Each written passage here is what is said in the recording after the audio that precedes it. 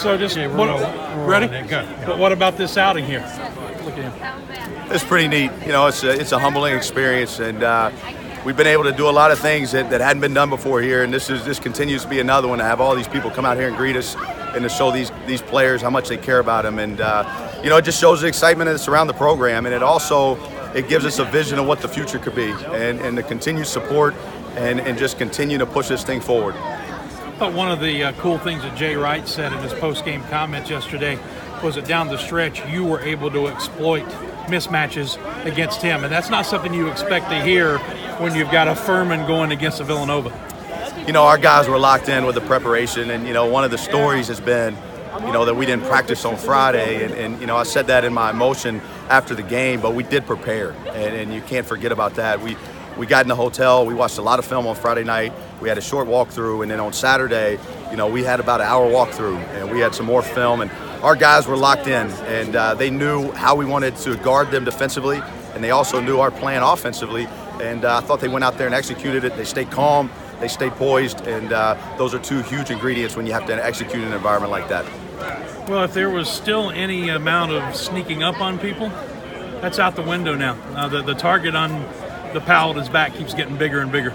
Yeah, it is, but you know what? I mean, I think what we're seeing with this group is they like the stage, and I keep telling them over and over, they've created this, and this group, that's what makes them great. They've embraced that, and it beats alternative. We know the alternative. We've been around that for a while, and you know, to be able to have the success that we've had the last few years, and to be able to continue to build this forward, you know, this group just love the big moment, and they continue to get better. They have a mentality to continue to improve. We know we have a lot of things that we have to continue to get better at, but that's what they love. They come to work every single day, and they love each other, they trust each other, and they play for each other. Finally, when you spoke to the crowd here and a couple of other times, you keep reaching out to the Greenville community. You really want the community of Greenville to embrace this team. Do you think it's going to happen?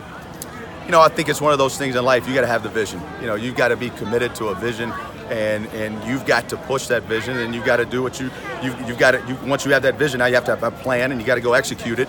And you know, we're just fighting every single day to do our part. But we think that hopefully in time, right? Did we think 3 years ago, 4 years ago that we'd be standing right here? And you got to start somewhere, and you get people on board, and it starts to build and it starts to build. But I think we're seeing an excitement right now that we haven't seen at Furman basketball, I know in my 7 years that I've been here. So, you know, it's we just got to keep pushing. And I think everybody's got to get their hands on it. We've got to work hard, and we got to keep preparing and playing hard and doing what we've got to do. But I think if the city will come out and they'll see what this team's about, they'll see what these people are about, they'll see the way that we're trying to do it through people development, I think they'll get behind it, and they'll be proud to call this Greenville's team. Anything else? That's it.